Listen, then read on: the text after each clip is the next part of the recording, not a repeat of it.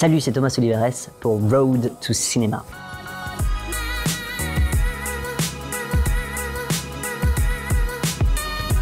Thomas Oliveres, bonjour. Je suis très heureuse de t'accueillir ici au Festival Pluriel, un festival unique organisé par Quentin Delcourt et Laurence Meunier, que nous saluons d'ailleurs. J'ai été impressionnée par ta popularité sur le tapis rouge. Tout le monde t'a réclamé pour faire des selfies, c'était touchant. Oui. Et c'est important pour toi, cette proximité avec ton public? Ouais, mon public. Je sais pas si on peut dire mon public. Je suis pas encore suffisamment narcissique pour dire mon public. Moi, je viens du théâtre et effectivement, le rapport avec les gens, les spectateurs, c'est très important pour moi. Quand on fait du cinéma, quand on présente un film, on n'a pas vraiment ce rapport direct avec le public.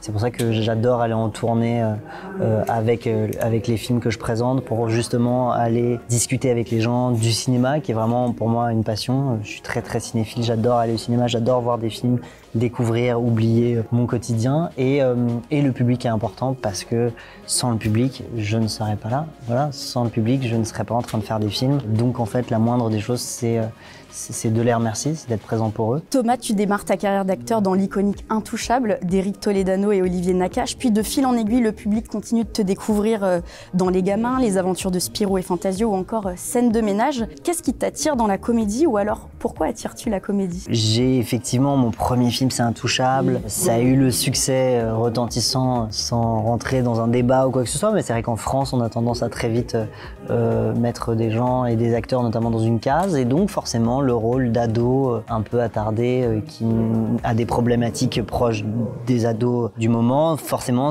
j'ai été un peu cantonné là-dedans, et donc voilà, j'ai enchaîné pas mal de films très comédie populaire que je ne renie absolument pas, même si c'est pas forcément un cinéma que je vais voir. Donc voilà, là ça fait plusieurs années où j'ai pris la décision de peut-être d'aller moins vers la comédie et d'aller vers des choses un peu plus, des films différents avec des propositions de personnages différentes parce que aussi j'ai envie de voir autre chose.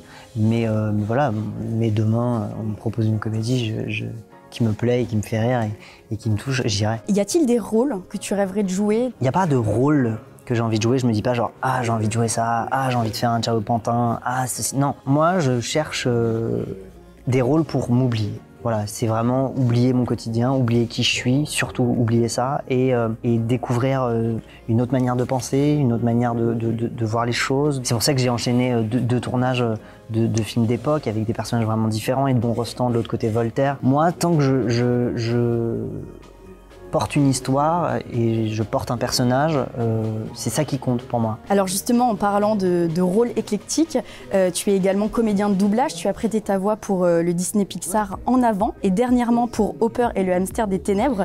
Qu'est-ce qui te plaît dans cet exercice de doublage? Encore une fois, c'est un autre travail, c'est vraiment un autre métier. Quand on me dit toujours aussi, on me pose la question, le rapport entre le théâtre et le cinéma, être acteur au théâtre, être acteur au cinéma, c'est deux métiers différents, c'est ce que je dis toujours. Mais alors là, le doublage, c'est encore un troisième métier. Il y a des grands acteurs de doublage, il y a une technique particulière. Et qu'est-ce que j'aime, c'est un engagement assez important dans le film et dans réussir à sortir cette voix, réussir à la trouver. Et c'est un travail très intéressant. Et j'aime beaucoup ce travail-là. C'est vraiment sur le rapport aux intonations, à la voix, à la respiration.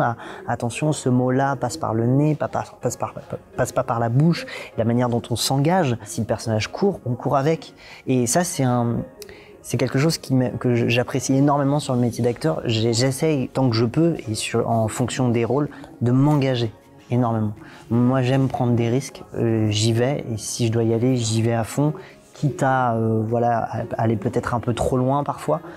C'est pour ça qu'un réalisateur est très important pour nous ramener sur le droit chemin, mais j'aime bien m'engager. Le jeu, le théâtre, le cinéma, c'est quelque chose qui t'a toujours accompagné.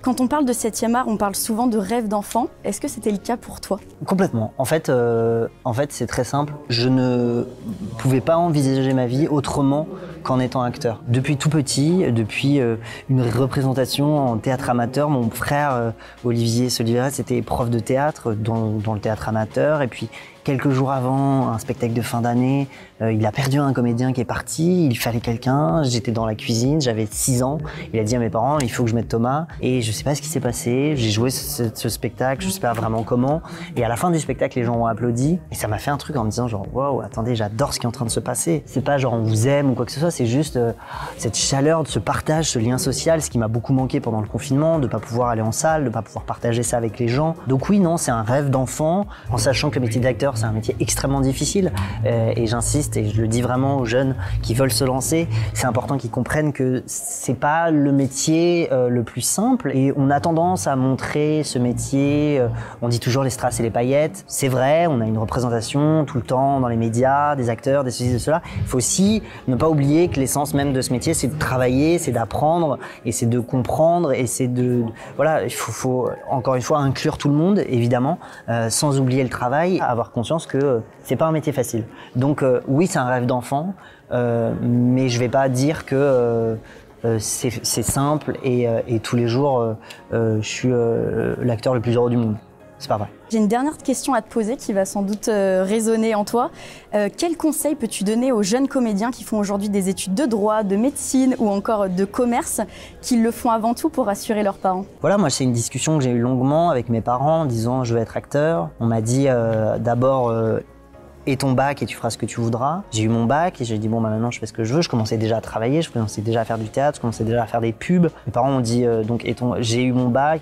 J'ai dit bon bah voilà, je fais un peu ce que je veux. Ils m'ont dit non en fait et ton diplôme et un diplôme ensuite tu feras ce que tu voudras. Puis en fait j'ai fait ça pour faire plaisir à mes parents, c'est-à-dire je suis rentré dans une agence dans une école de communication publicitaire, je me sentais pas du tout à ma place. Avec ma mère, moi j'ai fait les salons d'étudiants, avec les QCM et tout, où je remplissais les cases pour savoir pourquoi j'étais fait. Et à chaque fois les résultats, c'était à 98% artiste, métier artistique. Il y avait 2%, c'était avocat. Ma mère disait mais avocat c'est vachement bien. Je sais qu'elle a raison de me dire attention, c'est un métier difficile.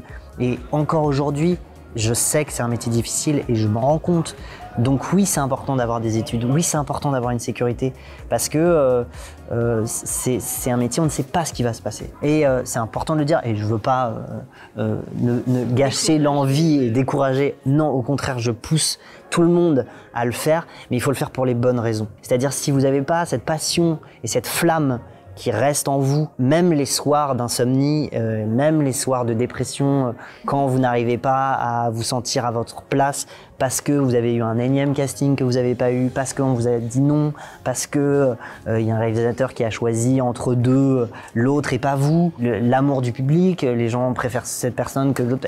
À vivre, il faut être solide, il faut avoir énormément confiance en soi pour se dire, bon, là, pour l'instant, ça marche pas, ça va aller, ça va marcher, et je m'accroche. Il faut s'accrocher. Pour s'accrocher, il faut avoir cette passion de ce métier, il faut avoir cette flamme qui reste là et qui s'éteint pas.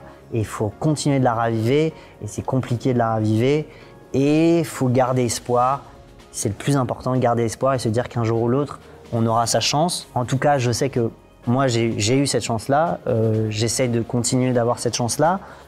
Et je me dis, au moins, j'aurais fait ce que j'ai fait. Et j'ai été au bout et je pourrais pas m'arrêter. J'entends beaucoup, pardon, c'est une très très longue discussion, mais j'entends beaucoup souvent des acteurs dire quand ils vont récupérer des Césars, c'est vraiment un moment où j'allais arrêter, où j'allais me dire j'arrête ce métier, c'est trop dur. Et je me dis ouais, comme par hasard t'as ton César. Mais en fait, ouais, je comprends. Donc cette petite flamme reste allumée et tout, mais il faut réussir à la garder et se battre en permanence parce qu'on n'est pas tout seul. Il y a plein d'autres comédiens encore plus talentueux. Il y a plein de comédiens extrêmement talentueux qui ne travaillent pas. Il faut en avoir conscience. Et c'est pour ça, quand on est, je pense, assis sur cette chaise, qu'on est en interview, il faut aussi penser à tout cela et se dire, bon bah moi je suis là, d'autres ont encore plus de talent que moi, ne le sont pas, il ne faut pas les oublier. Et il faut respecter ces acteurs-là qui mériteraient d'être à notre place et se dire, bon bah là je suis à cette place-là, peut-être que dans quelques années j'y serai plus. C'est le jeu, c'est comme ça, donc profitons de chaque instant.